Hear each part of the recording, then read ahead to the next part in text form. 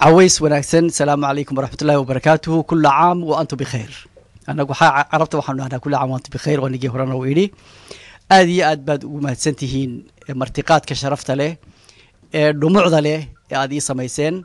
ودمانتي دبهانتي أمدكو حردران دونا قلبي جيجا أنا إلو بدونين أنت أنجرو كل بنا أنا وحكو قريتون هذه لا يرادو تاسي أدبد وما سنتهين ولا شيء سعدية aad baan ugu mahadnaqayaa sida ay gabayga u akhriyaan uma baakhri kareen dhabaantii in badan baan saacadiyo wada joognay imaaraadka gabayadayda iyada abxad wahayd abxad hadda taqaanaan waxa weey sanduuqa iyada abxad wahayd iyada duubi jirtay inta badan marka intaan horta sheekadayda kala bilaabin sheeka caawa sheeka badan baynu kulli meelo fara badan baan ka hadli doonaa meelo badan oo dadku magaranaysa ay tabayaan in laga hadlo ayaa jirta dhalinyaro badan iyo haween badan oo soo eegaya jira oo meelaha ay tabayaan aan garanayo fawsi halka iga soo horjeedo marka kulliba waxa laga hadlo wuxuu doonay in laga hadlo aan garanayo in garanaysa inay waajib tahay in laga hadlo marka intaan taa laakiin bilaabin halkii saacadiyaan 2 minutes yar daba gelin waxaan akhri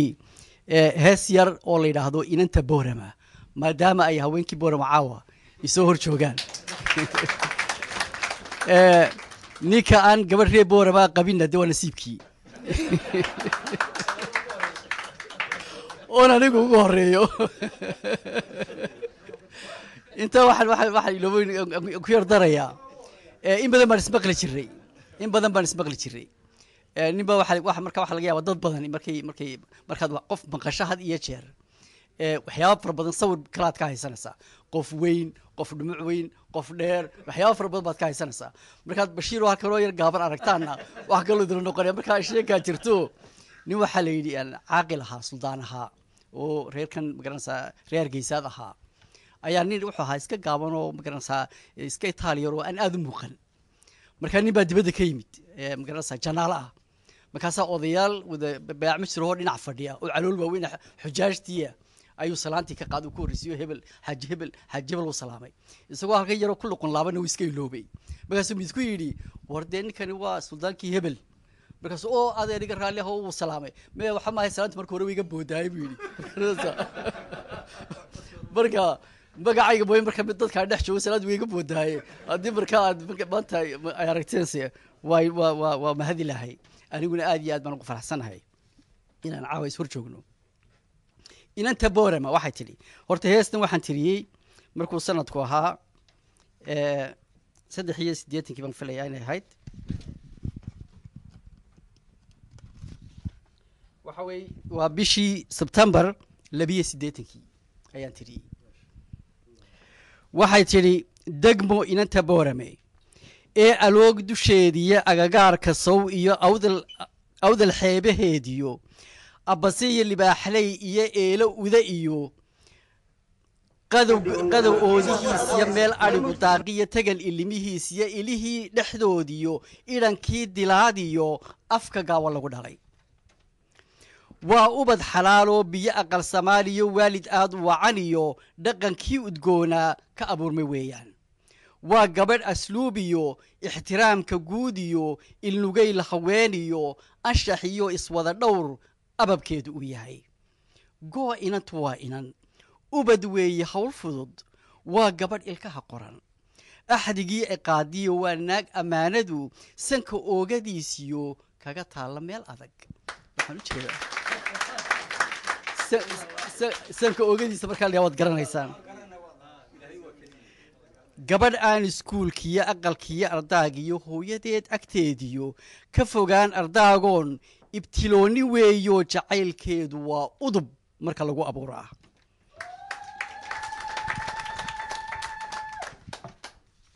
af Soomaaligeediyo sheekadeedu waa edeb waa erayo googo'an naxariis ilkaha taal aado iyo huniyo waa hadal uurka ah waa dareen abyoono waa xidid arooro abtirsiimadeediyo dhaqankeedu uud yahay anficeedu waa garow iyo subag udgoon weyn agabkeedu waa gogol xariir araga deeqdo indadaalis loo tolay indadaaliska ayaa yaqaan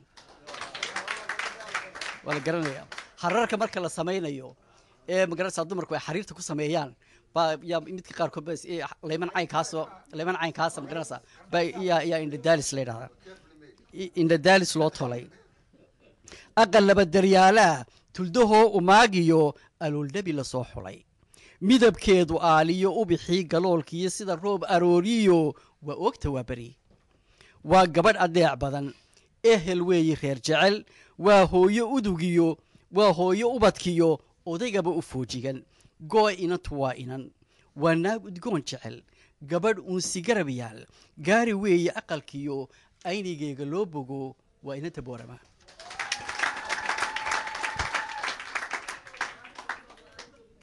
taa markaan soo dhaafno gabdhaha boorama oo aan dhab ahaantii u hayo magaranaysaa kalgacayl aad iyo aad u fara badan waxaan isku dayayaa bal inaan yar guud mareeyo dalkeennii waxa yaalla degmadeennii waxa yaalla dhaqaale ahaan bulsho ahaan iyo siyaas ahaan iyo horumar ahaanba dabeetana markaa hadhow tolo aan ra'yi isweydaarsano markaa aynu dee magaranaysaa isla gorfayno arrimaha haddii aynu wax markaa caawa isla gaari karno magaranaysaa aynu wax go-aamaa isla gaari karno haddii aan si guud markaa u eego waxa weeyaan historical aynu horta ogaano we have to be really proud of ourselves waa inaynu dad qabla ahaano oo proud ku ah waxa degmadeennu tahay umalihi taasi inaan iska leehay uun waynu galabsannay waynu samaynay qofka hadduu loo profile yaho aan wixiisa sheegin taasi waa mid gooniya laakiin we have to be proud of ourselves waa inaynu had iyo jeer proud ahaana waxaynu qabsanay waxaanay dhab ahaantii soomaali qabsan baynu qabsanay historically waxaa ka mid a haddaan soo qaado adal civilization ama ilbaxnimadii awdal waxay ahayd taariikh aynu kaga duwannahay ummadaha aynu la degannahay gobolka waxayna siisay character gooniya oo unique ah oo ay ka mid tahay oo ilaa maanta leenahay dadka reer awdal ay yihiin dad polite ah dad peaceful ah dad civil ah waa iskama timaado taasi bal haddaad eegtaan dadka Ethiopianka ah waxaad gashaan maqaaxi Soomaaliyeed maqaaxi Ethiopiana dadka Ethiopianka iyagu maqaaxida saa u buuxa hadalkooga maqli maysid way wada casheynaya hadii la doono muus yaro fudud baa jira wala is dhageysanayaa nin madan qarayo ilbaxnimada ka socota ma uu iska yimaado maqaaxi Soomaaliyeed markaad gashana waad arkaysaa buuqa iyo qaylada iyo magaranaysaa waxa meesha ka dhacaya marka taasi waa number 1 waan soo dadejinayaa waxyaabaha gobolkeena ka bilaabmay in kooriyad kale kooriinay waxa kamid ah farmingka beeraha inaga bilownay oo gobolkeena ayaa ugu horeeyay rag badan oo halkan taariikhdeeda aad u garanaya jira taasina maxayna siisay wax la yiraahdo land property qofku inuu qiimeeyo dhulka oo property yeesho waxa Mareykanka markii la degayay dadka cad degayeen waxyaabaha la isku dilayo waa land waxay red indians laga qaaday dhulka waa land marka haddaad land leedahay property leedahay waxa way identity baad leedahay hanti baad leedahay marka taasina taas ayay ina siisay nin la yiraahdo aan saaxiibanahay oo reer Dubai baa maaliga shayaan meesha ka sarino xagan Ethiopia dadku ugu degan yihiin wuxuu warniyo marka dagaaliyo waxba meesha ka dhacay beeleed iyo waxan kaasiya wuxuu dhibaataan haysato oo wuxuu dadkiinu waa dad beeraley oo degano borders baa land property baa leedihiin buu yiri marka cid kasto idinku soo magarasa xad gudubta de waxad gudub mu xilliga soo qaaday way dhulkii baad idinku leedihiin oo gacantiina ku jira annagu wuxuu reer guuraabaan nahayo ninka reer guuraagi dhul ma laha marka degmo kasto sheegatay de ma sheegan kartid waa inta laga daba yimaada yaa qof qaadan kara loo register garan kara marka dhibaataan haysta waa taabid ma xandoon la buudi imika inaan dadkii dejino oo land property ay yeeshaan marka taasina waa mid aynu leenahay oo aad ogaataan inay tahay qiimo gaar ah waxay land property kaasi keentay marka iyo farmingkaasi settlement in dadkii degaan settlementkiina maxay keentay markii dambe aan aad uga faa'iideysanay iskuuladii way haddana qofku settlement iskuul ma samaysan karo hadduu reer guuraa yahay iskuul ma samaysan karo magaalo ma samaysan karo waxyaabo aan ma samaysan karo taasina taasay keentay waxaad ogtihiin iska wax qabsadeen inagu bilaabaan oo jidkii ugu horeeyay bond laga soo sameeyay oo ahaa meeshii iska wax qabsad laga bilaabay self help scheme dad inay dadkan isku kalsoonaadaan naftooda iskuulka satawa markii la dhisay maxaa lagu dhisay waxa lagu dhisay pay a shilling buy a cow build a school shilling bixi sacba la dhigay bakhtiyaar sib loo dhigay kaas ninkaasi inankiisa ka iman jiray Abu Qays bay horta baan ayuu ka Abu Qays buu ka iman jiray satawa Abu Qays buu ka iman jiray boor maali walba iman jiray inankiiba yaa dhibaatooday de markaasuu fikro wuxuu ninkan ma halkaaba iskuul maad uga dhisdid sacba uu dhigay bakhtiyaar nasiib sac waxa lagu helayaa shilling marka waxa shilling bixi sac hel iskuul la dhis sidii baa iskuulkii lagu dhisay yani waxa weeye waa civil ilbaxnimo ay tilmaamaysaa taasi co-educationka ama wiilal iyo gabdho sidaa usoo wada fadhiya classka oo tacliinta la yidhahdo isku dhafan ee co-educationka la yidhahdo dee innagaa ugu horreyna iskuulkii dilaade axmed ganasa safkii koowaad ahaa ayaa safkii labaad bay ahaan kay gabdhuhu galeen ayaa ugu horreeyey taasina maxay keentay waxyaabaha iminka adduunka laga hadlo ay ka mid tahay gender equality ay ka mid tahay equal opportunity inay rag iyo dumarkii equal opportunity yeeshaan tacliintii hadhowna gender equality meesha ay jirto ay dee inankii waxay mid yihiinoo tacliintii ay si wada bartaanoo mustaqbalka ay meel ka wada qaadaan ayay taasina ahayd taasina innaga ayaa lahayn taasina mid la iloobi karo maaha markaan leeyahay proud isku ahaada iskama lihi uun waxaa kaloo iyadna jirtaa waktigii ololaha ciddii og baa og markii ololihii soomaali o dhan lasoo dhameeyey ee sanadkii qiimeyntii la sameeyey cabdilaahi baa aad u balmalnaya boorama number 1 ka gashay waxyaabahay number 1 ka gashay maxay ahayd af soomaaliga waxaa jira 7 xaraf oo laablaabma sabaad garan 7 xaraf laabmayey baa inaan reer dibarweyn oo inaan yaroo reer gubana ayaa macalinkoogu challenge siiyey waxay challenge buu siiyey macalinkii wuxuu yidhi ninka berito ii keena 7 xaraf laablaabma ee sida ingiriisiga oo kale dee 26 letterska englishku waata the quick brown fox champions of the lazy dog la odhan jiray saasoo kale u koobta keena inaba maalintii dambe ina yaroo adhila jooga ayaa yimid oo wuxuu yidhi ma nala garaadba 7 halkaasay ku jiraan 7 halkaasay ku jiraan ma nala garaadba waxa weeye waxyaaba markaas lagu siiyey bay ka mid ahayd boorama inay magarasa number 1 ka qaato waxaad ogtihiin oo maanta lagu muransan yahay oo dad iska sheeganayaan Somali music inay nagu bilawnay oo cabdi cinema iyo khadiija balwo ay ahaan dadkii ugu horreeyay ee balwada bilaabay dabad taasoo kaliya maaha ay bandkii ugu horreeyay sameeyeen boorama ay jijiga ka sameeyeen ay Djibouti ka sameeyeen dabeetana journalkii labaad taas waxa weeye waa lotii ugu horreeyay heelada oo ahayd balwada uu balweynayaa baa la oran jiray waa tii markaas cabdi cinema iyo qoladaas soo bilaabeen journalkii labaad ama type-kii labaad ee balwada markay isbedeshay waxay isku bedeshay heeladii ugu horreysay qoladii samaysay reer boorbahayd waxay ahayd heeladii jawhariye luul ee dabshid iyo fajac sameeyeen taasina waa tii labaad ee markaa dabeed bay u soo wareegi doontaa hargeysa ay iman doontaa radio hargeysa la firi doonaa marka balwada la bilaabana waa 1943 habeen dambe marka sabtida waan ka hadli doonaa waxaan ka hadli doonaa dhab ahaantii siday balwadu u soo bilaabantay iyo cabdi cinema iyo doorkii ay ku lahaayeen ilaa heelada la soo gaadhay waayo dad baa imika sheegay waxa qoraya aabihii fanka aabihii musiga kuma aabaa samaysmay ma ogtahay marka haddaanad waxa aan documentary ahayn amaanad adigii ku faanaynin oonad ubadkaagii baraynin dee saasaa loo qaadanaya wax walba waxaa kaloo jirtaa ciyaar ma ahayn odayaasheenii badda kula saxeexday ingiriiska ciyaar ma ahayn waxay arrin historicala documented waxaana kugu daliila markay halkan yimaadeen gobonimada la qaadanayay waxaa la yidhi ilaa dadkii aan la saxeexanay ay yimaadaan gobonimada saxeexi mayno marka ilaa xaaji ibraahim nuur oo ku jiray marka uu yimid oo la yidhi waa kan uu isagii saxeexay ingiriisku diiday inuu saxeexo taasina waxa weeye mid aynu markaa inaad xusuusnaataan loo baahan yahay Djibouti waad ogtiin doorkii xaaji diida ku lahaa ee uu ninkii isagiyo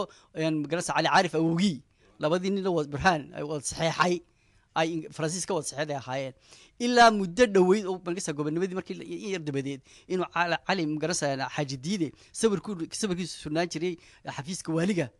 dee wala wada garanay cidii reer Djibouti hadna way garanaysaa samad garan taasina waxa weeye mid in la xusuusto u baahan in ninkii ugu horreeyay ee reer Djibouti Soomaaliya ee baarlamaanka Faransiiska galay uu ahaa Jamac Siilici uu ahaa nin magarasa dadkeena in taariikh aad xusuusataan iyo loo baahan weeyaan in ninkii ugu horreeyay ee gobonimada Djibouti dil lagu xukumo samad garan ee ka hadhay Umar Raabi ahaa tan wada garanaysaan Allah naxariisto dhinaca Ethiopia reserved area markii la bixiyay qaybtan Ingiriisku bixiyay door weyn baan ku lahayn baraarujintii ummad heesta jawhariye luul markaas dhalatay waxay ka hadlaysay reserved area ahayd ninka la yidhahdo John William Johnson oo buug ka qoray bilowgii heesta Soomaaliyeed oo la yidhahdo Helloy waan hayaa buugii maanta doona waan meesha waan keeni doonaa wuxuu yidhi heestaasi waxay the Marseille of the Somali people markii Francis Jamaica ku qabsaday Faransiiska Paris ku qabsaday heestii Marseille ku dagaali gali jireen oo kale u ahayd buug dadka Soomaalida waxay ahayd buug the most powerful political song Soomaalidu waqtiga ka soo baxa yani reserve areas ayaa taana keentay taasina mid inaad ogsoonataan aweeyi intii dagaaladu iyo burburka dhaceena la soo noqday tii jaamacadii ugu horeysay wadanka laga sameeyo inuu sameysay wadagta Amid University maanta magac bay leedahay ubad badan bay iyo Soomaali badan bay soo bartayna inagoo kaliya maaha 4,000 oo arday baa ku jira waad aragtay mar male waa daawateen dhalinyar reer koonfureeda oo ka baxay xaflad intii sameeyeen reer Boorama mahadsanid leh thank you Boorama waxa weey waxyaabo loo baahan yahay in dhab ahaantii aynu ogsoonaano proud ku ahaano haddii aad waliba waxyaabo kale ku dardarto oo waxyaabo ay jiraan gabadhii ugu horeysay ee damac madaxweynenimo yeelatay ya damacday in madaxweynenimada isku sharaxay gabadh reer Boorama ahayd Radiya Rooday ahayd taana inaad ogaataan weeyaan gabadhii ugu horeysay ee ahayd baarlaman ee la soo doorto iyadoo magaranaysa loo qoondeyn oon koota loo siin doorasho ku soo baxda de waxa ahayd dad garanaysa ikraam bay ahayd sabad galan iskuulkii ugu horeeyay ee dadka indhaha iyo dhagaha de Boorama laga furay waa laga waday markii dambe laakiin meeshii ugu horeysay laga furay laga bilaabay Boorama ahayd maalin dhaweyd maxaa ugu dambeeyay waxa la yiri meed maxaa ugu dambeeyay kan la siisada la yiri laba usbuuc horteed dhalinyar reer Boorama oo dhalinyartii ka soo baxday Amuuda waxay sameeyeen urur yar oo la yiraahdo Animal Rights Organization was the first in Somalia xuquuqda xayawaanka oo yiraahdeen wali markay hadlayeen waan ognahay in lana yaabayo la oranayo war dadkii baaba xuquuqdeedii idinku xayawaan badan sameynaysa sabad garan because waxay yiraahdeen laakiin waxaan ognahay in duurtii wadankeena ka dhamaatay inay ka dhamaatay ugaadhi wadankeena oo la dhoofinayo in magaranaysa xayawaankii xataa waxay ka hadleen sida loo raro xoolaha magaranaysa awrka iyo magaranaysa dameeraha iyo raxmad darada taas waxyaabo ay ka hadlayeen baa kamid ah waxaan idinku boorinayaa nimankaas oo kale haddii aad kala qayb gali kartaan mashruucaas wax badan loogu baahanaya inaad kala qayb gashaan waayo waa very important dalkeena uu nabad guuray ya nabad guurkaasina waxyaabo badan oo dhibaato weyn buu leeyahay oo kale waxa laga yaabaa waxa soo dhan markaanu sameysanaynay dadka kale reer guuraabo ahaa waxa jira markii aanu xuskii u sameynay Allah u naxariistay Umar Raabi dib ugu sameynay gabi aan tiriye baa jirto aan ku xusiyay Umar Raabi eriyada ku jira waxa kamid ahaa awowgay tahliil baa awowga tamacayn jiray tiro geel lahaan jiray taladoodu qoys iyo taridiyo hortoodiyo tulud dhaafilaaday waxa weey xaq faanayaan awowga laga tijirayo tulud geel baan lahaan jirayo ankaas intaan inagu waxa soo dhab ahaantii sameeynay waxaan uga jeedaa عربت waxay tiraahdaa ليس الفتى من يقول كان أبي ولكن الفتى من يقول ها أنا ذا ما هم garanaysaa ninku kii yiraahdo aabahay wuxuu ahaan jiray waxa weey kii yiraahdo ana waxan amaanta way waxa soo taariikh hore marka adigu maxaad maanta tahay laakiin maxaan taariikhda soo qaadaya wuxuu yiri ninkii loo oran jiray Winston Churchill ee wadankan aad joogtaan ra'iisul wasaaraha kaan jiray dagaalkii Winston Churchill baa Newton ninkii loo oran jiray Newton سمعت جنا gravitation لوجا سميه وحيدي if I see further because it's just because I stand on the shoulder of giants هدي أن ميل دير أركي يبويدي وحن أركي سبت وحوي رك عملاق وين بنقربوه كفر يعني كل تاجنا هيبيدي يعني كل تاجنا محوجي ذا دي ده حل وين بارهيستا وعلمي جوري رجي جوري waxay soo dhiseen baan anna ka sii qaad halkan gudul taaganahay markaasaan meel fog arkaya bulay waxaan markaa uga jeedaa waxaan soo qaaday taariikhdaas oo dhan waxa weeyi si aad u ogaataan inaydan meel baaba ka bilaabeen ee aad leedihiin a very strong heritage aad leedihiin legacy xoog la leedihiin oo loo baahan yahay haddii ragii hore halka keeneen inaad kula ka sii qaataan ee aan la oran waxba ma hayno odayaashii awoyaashii waxa may sameeyeen dhab ahaantii waxbay sameeyeen inta aan idin sheegay waad ogtiin dhabaantiin waan idin xasuusinayaa okay now maanta halkeen joognaa dadkeenu had iyo jeer waxa la yiraahdaa maalin bay wax dhacaan markaas la isku soo guuxayo la isku soo ordayo markaas la yiraahdaa maxaynu sameeynaa dabeetana kaasi ku baktidaa waxa weeye haddii ana dadkeenu intay weli isku yimaadeen meeshay doonto ahaatee ismay weydiin maxaan doonaynaa halkeen ku soconnaa maxaynoo danaa yacni dhinacyo fara badan haddii aad mashruuc samaynayso mashruucaas ama shirkad samaynayso dee vision bay leedahay mission bay leedahay objectives bay leedahay strategy aad ku soconaysa bay leedahay intaasu dhan bay leedahay haddaanad intii samaysan waa isla midun mashruuca iyo dadka iyo siyaasadda intu waa isla wada midun meel bay kasoo wada kalaysaa marka waxa weeye waxaa la yidhahda the first responsibility of a leader is to define the reality the first responsibility of a leader is to define the reality haddaanad realitygii garanaynin then you cannot lead waxaad noqonaysaa blind leading the blind you don't know where to go soo maad garan marka waa inaan horta define garaynaa realitygeena realitygeena maxay ah let's look at aan eegno dalkeenii geographically xagga geographical dhul ahaanta meesheenu dhulkeenu intaynu degannahay waxaa la ogaaday inay tahay meesha ugu fiican ugu barwaaqaysan xagga macdanta iyo xagga underground waterkaba xagga biyaha lana ogaaday uguna biyo badan waa meel la yidhaha boqodhada oo gobolkeena ah anu yani soomaalida inay wax wadaagta ma xuma waana fiican tahay dadku inay wax wadaagaan way wanaagsan tahay laakiin dee dadkii meesha joogay nin walba meesha joogay horta markuu ka qabeelo dabeeta wixii dheeraad ka noqdaa in lala wadaago ayaa habboon laakiin haddii aan adigoo meeshaadii waxba ka qabsan dee lagaa qaato cid kale kaa qaato waxa adduunka maanta la isku leynaya dee waa resources biyuhuna waxa weeyaan the 21st century waxa lagu daga the oil of the 21st century baa leeyahay waa saliidda qarniga 12aad haddii markii hore la isku leyn jiray petroolka qarniga 12aad biyaha la isku dilaya wadamada carabtu waa wada biyo laayiin meelaha kale ee biyaha ka ilaana waa wadamo shisheeye Ciraaq iyo Suuriya iyo Turkiga uga yimaadaan wadamadan Urdun iyo inta Israa'iil bay uga yimaadaan marka waxa weeye maalin haddii laga jaro wada bakhtiyayaan marka qarniga 12aad waxa lagu dagaalamaya waxa weeye waa biyo marka underground alxamdulillah underground waterka dhulkeenu wuu fiican yahay ilaa hadda aad iyo aad u badan yahay macdanta dhulkeenu way ka buuxdaa beerihii waa dhulkeenii dhinaca dhaqaalaha sidaad ogtihiin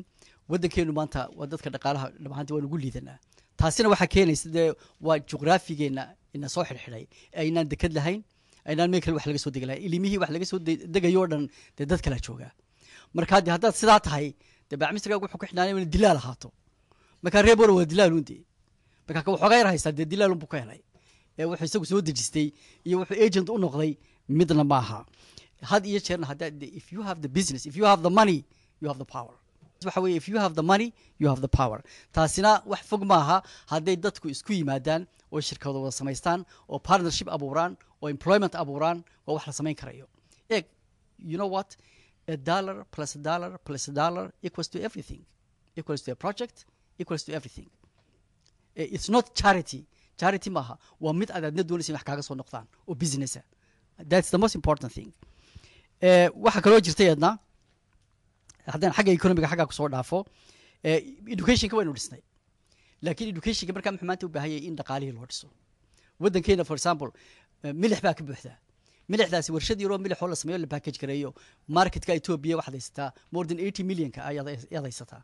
meel lama milix ka keenan jirin hataa Soomaalida kala yaa ka iibsanaysa waana a very simple project taa markaan soo dhaafay inta kale u sii galin annagu imaaraad ahaan dee horta raggii reer imaaraadahan jiray qaar baa halkan joogo dee aadan iyo baa jooga Saadiye iyo Bashiir iyo raggii magarasa aan soo wada halganay imaaraadku mar bay ahayd the hub of the other people meesha laga hago magarasa talada gobolkeena mar bay ahayd markii dadka badani joogay ee dhibaatada weyn taagneed samad garan markii dambe jaamacadaha la dhisay waxa weey kaalin xoog leh ay aan ma hadii jeer dhabaantii waxaan yiraahdaa aan amaanayn dadkii ku noolaan jiray imaaraadka 80skii ilaa early 90skii dad ka fiican weligii mari karay awdal because waxa weey waan isku iman jiray mashruuc baan ku jiray markaa waan dhameyn jiray dad dhaqaaluun hayar caawiyo markaa laakiin dad waxay aad iyo aad dadkii hore Soomaaliya ka yimid wadcigii garanaya wixina way ahaayeen dadku garanaysa oo dhibaatadu ay taabanayso marka hadan taa uga gudbo dhinacii siyaasadda oo aan magarasa soo yardajiyo waliba taasi waad ogtihiin maanta Soomaaliya Soomaalida waxa u qaybsan tahay dee saddex wadan waa Soomaaliya jirta Somaliland baa jirta oo de facto it's not de jure but it's de facto oo jirta waxaa jirta Djibouti waxaa jirta Ethiopia inta baynu deganahay halkeenu ka taaganahay ma isweydiina wali statuskeenu muxuu yahay saddexda meeloodba wadcigeenu muxuu yahay Somaliland wadcigeenu muxuu yahay Soomaaliya wadcigeenu muxuu yahay Ethiopia iyo Djibouti ba inaan intaba miisaano weeyaan inaynu meel qurun indhaha ku eegno maaha midda kale haddii Somaliland meesheeda oo kale aynu eegno de waajib weeyaan because dadka halkaa degan ee Somaliland degan dadkeenii waxay noqdaan bay ku kala noqonayaan because waxa weeye waa caasimadeeni soo meel walba madax bay leedahay madaxii markaa ummadeen waxa boorama hadday liidatay inta kalena way liidanayaan boorama hadday wanaagsan tahay inta kale way wanaagsanayaan boorama hadday proud tahay inta kale waa proud marka waxa weeye haddii ay dhalinyaro for example ka caan boorama hadii jeer ka hadlaan ama boorama doonayaan wax loo sameeyo it's really true waa fact because waa madaxii ummadeena eeg dhalinyaradu waxa weeye shucuurta ummad walba shucuurteeda waxa hogaamisa dhalinyarada hadda taariikhda waddankeena ku noqoto SYL dhalinyar baa samaysay oo Somali Youth League bay ahayd waxda shabaab Soomaal ay ahayd hadda eegto maanta wadamada carabta waxa ka dhacaya Arab Spring dhalinyar baa hogaaminaysa marka dhalinyartu waxa weeye waa shucuurta nool ee ummad walba marka ayaan la yaabin dhalinyartu haddii meel ku kacaan oo yiraahdaan waxaan sameeyno because dhalinyaradu had iyo jeer waa kuwa had iyo jeer marka ugu horeysa ka gilgisha waxay dhibaato jiraan wuxuu yiri nin wadankan ka ahaan jiray ra'iisul wasaare Israa'iili loo oran jiray ayaa waxa lagu yiri waran ra'iisul wasaare tahay ina kaagina communist bu noqday shuuciyad bu qaatay taxsiyo noqonaysa adiguna wadan kapitalista ayaa doonaysa inaad dimuqraadiyad iyo kapitalism xad wada ina kaagina shuuci bu noqday wuxuu yiri ina kaygu haduu shuuci noqo way markuu 20 jir yahay qalbi ma laha no heart beat haduu communist noqo way markuu 20 jir yahay he has no heart laakiin 40 jir maalintu yahay haduu wali shuuci ahaado he has no brain beat moogti سمعت muxuu uga jeedaa inuu markuu 20 jir yahay waa da'dan loo qoray militariga maxaa 20 jirka militariga loo qoraya because dhimashada ma yaqaan spirit baa ku jira dhimashada ma yaqaan wuxuu u dagaalamay markuu 20 jir yahay wuxuu u dagaalamayaa cadaaladda waxyaabaha values ka quruxda badan oo dhan baa u muuqda laakiin markuu 40 gaaro marka waxyaabo kale u dhawraya oo xaas buu leeyahay caruur buu leeyahay inta yar bilaa garas hadii laga qaado meel aad ku noolaato weyda buu isleeyahay moogti marka ragga hadii jirsada iyadaas kala aba 50 magarasa tale iyo waxa uu mooyaane hawle iminina arrimaha kulkulul xaga dhalinyarada u leexiyo magarasa ama diida ama doona caasimada dadka reer awdal ee maanta dibadda jooga caasimadoodu waa London waa halkan aad joogtaan dadka wax laga fiyaano waa idinka kubaddu idinka ay dul saartay way waxa weeye waad ugu badan tihiin Europe markaad ku soo darsataan idinka ugu badan Soomaalida garan marka waxa weeye meesha wax ka suurtoobi karaan waa halkan kubadda xaqiina loo soo riixaya anagu waan idin garab galina taageer diyaar waan u nahay Abu Dhabi in yar baan ku joognaa laakiin in yar oo waxa Soomaalida oran jiray yar oo yufan baan ku joognaa dhabaantii oo mashaariic fara badan oo anaga nagu soo baxsan kaliya sameynaa jirta marka diyaar baan u nahay xagga dhaqaalaha horumar badan baa dalkii hindisooyin badan baa ka socda horumara waxyaabahaas oo dhan waa business anigu dhabaantii mar waxaan soo qaad waxaan ku talinay ta mala waxa iyo wanaagsan in laga dhigo business project oo dadku sidii dhaamkii Ethiopia shares la iibiyo oo magarasa saa lagu dhiso way saasi degdeg bay ugu dhismi lahayd lacag weyn oo soo bixi lahayd lacagtaasna long term bay noqon lahayd laakiin haddii la yiraahdo qaaraan dadku way ku daalaan dhabaantii oo de imisa qaaraan baad ururinaysa oo qolf walba mashruuc yar buu wataa moogtay laakiin markii business noqdo waa laga yaabaa inay mira dhaliso mana lihi qaaraanka laga tago taas ma lihi oo ninkii aan dib ugu soo noqday loo oran jiray Churchill wadanka ka talin jiray waxaan ugu soo qaadanayaa way wadanka aad joogtaan wuxuu yiri you make a living by what you earn you make a life by what you give yani waxaad ku noolaataa adigu wixii aad kasbateed shaqaysato laakiin nolol waxaad ku samaysaa wixii aad bixiso waxaan soo gabagabaynayaa markaasi waanan idin furayaa inaad magaranaysaa idinku hadashaan ama su'aal isweydiino laakiin erey baan ugu dambeyntii oranayaa kaasoo ah inaan salaamo dhab ahaantii gabdhaha gobolka Awdal meel kasta joogaanba gaar ahaan inta joogta Ingiriiska maxaa yeelay waxa weeyaan haweenkeenu maanta meel kaalin aad iyo aad weyn ku jiraan Soomaali oo dhan bay meel weyn ugu jiraan oo maqaalan qoriba waa jirtay waa dhexda af Soomaali waliba ahaayo aan iri haweenka Soomaaliyeed waa dheemanta Soomaali ku badbaaday taasna waa run wala wada ogyahay laakiin mid baan idinku waaninayaa idin kana taasi waxa weeye meesha ugu horeysa ee tahayna soo gaadhay waxa ka qodhan ee horumarka dadkeena ka bilaabi kartaan waxa weeye ubadkiina haddii ubadkaagu caruurteenu success gaadho meel kasta waan gaadhaynaa laakiin haddii ubadkeenu success gaari waayo meel la gaari mayno marka waxa weeye ubadka in loo ogolaado inay fikraan you have to teach them how to think waa inaad u ogolaato inay fikraan ubadkani waxa weeyaan duruuf kale ay ku nool yihiin challenges kala haysta oo ay ka mid yihiin discrimination xenophobia dhaqan kale ku jiraan waxyaabo fara badan oo idaan arkayno iskuulada ay joogaan jaamacadaha ay joogaan baa haysta they are really in a different world tii adduunka inagu aan joogno ma joogaan adduun kale joogaan marka waxay leeyihiin challenges fara badan dhibaatooyin fara badan oo ka hor imanaya iyaga u gaara marka they have to develop a new language dhaqan cusub soomad garan iyo aragtiyo cusub iyo thinking cusub inagu waxaan doonaynaa inaan ku soo xajino dhaqankii iyo wixii halkan joogo cayn karo habeen hore u tago waan sheekeysano waxa jira gabadhana iga magarasa western iga noqotay waxaan ku yidhi she made a good integration wasay tiri warda niyada ka maraykanana walba la hadlayay moogtahay marka waxa weeye caruurta waa in loo ogolaada in fikraan waa in lagu taageeraa waa in lala sheekaystaa waa in lala saaxiibaa waa inaan la challenge garaynin because markaan aad challenge garaynayso ogsoonow adigu waxaanaad ku challenge garaynaysaa waa dhaqan hore waa fikir hore waa taariikh hore waa duruuf hore isaguna meel kale joogaa badee markaa gaabaa idin dhex manaya laakiin markaad la saaxiibto dhaqankaagina waxbaad ka siin kartaa magarasa uu kaa qaadan karaa markaa oo base buu u noqonaya foundation uu ku tallaabsado identity ku yeesho mid baan example yaroo gaaban baan siinay inankaygu hooyadii waa maraykan imaaraadku koray dabeetana wuxuu tegay jaamacaddii maraykanka markuu tegayey imaaraad ka tegayey carab buu necbaa soomaalida ma soo hadal qaadi jirinba bes dee inuu yar ararku caynkaasoo soomaalisi waxaa yar yidhahda mooyaane halkaasuu tegey jaamacaddii buu galay all of a sudden buu inankii change ku dhacay wuxuu bilaabay inuu raadiyo identitykiisa soomaali maxay tahay ree awdal maxay yihiin maxay caynkan tahay afar ilaadka research buu ku jira carabta rabiicul carabiga siduu ula socdo waad yaabtaa aad iyo aad halkan ka dhacaysa tan ka dhacaysa marka maalin waxaan ku yidhi markaan arkay duruufiista yihiin iyo dadka Soomaalida wixii lagu haystay caynkaas oo dhan ba waxaan ku yidhi aabo de kolka imika wadiga arkay ni weyna waa tahay waxaad sameyn kartaa magac waad iska bedeli kartaa waa tan dhibaatada dadka Soomaalida haystaan Umar Balina Umar Bashir Sheekh Umar God moogtahay oo de wixii wada waad intaad isla garanayeen wasaan hooyadiiba markuu yaraa waxa bixisay Vincent waxaan you can call yourself Vincent Goth oo marka cidina garanayso waa in cadna moogtahay markaas wuxuu yidhi no aabo ma yeelayo basaan ku yidhi waayo markaas wuxuu yidhi they have to accept my identity this is a challenge budi yeah I am a part of a fighting budi moogtahay marka haddaan saa sameeyo I am defeated budi I don't want to do that markaasaan ku yidhi you are right marka caruurta waa in saasoo kale u kalaana aad iyo aad baad mahadsantihiin waana daacina sheegaysana diyaar baan inkastoo waqtigu inagu celiya barina aad magarasa shaqo tagaysaan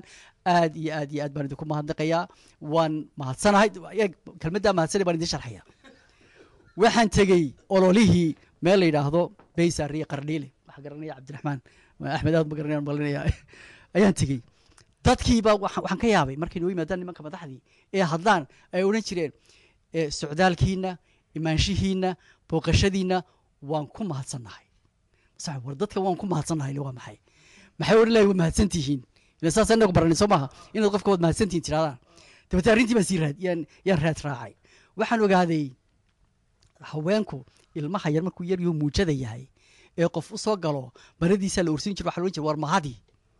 saan u shaashoon ma garanaysaa war mahadi baa la oran jiray ilmuhu hadduu hadli karayo muxuu oran lahaa waan mahadiyey buu oran lahaa saba marka iyagaa saxa marka waan mahadsanahay bulshadiina aad iyo aad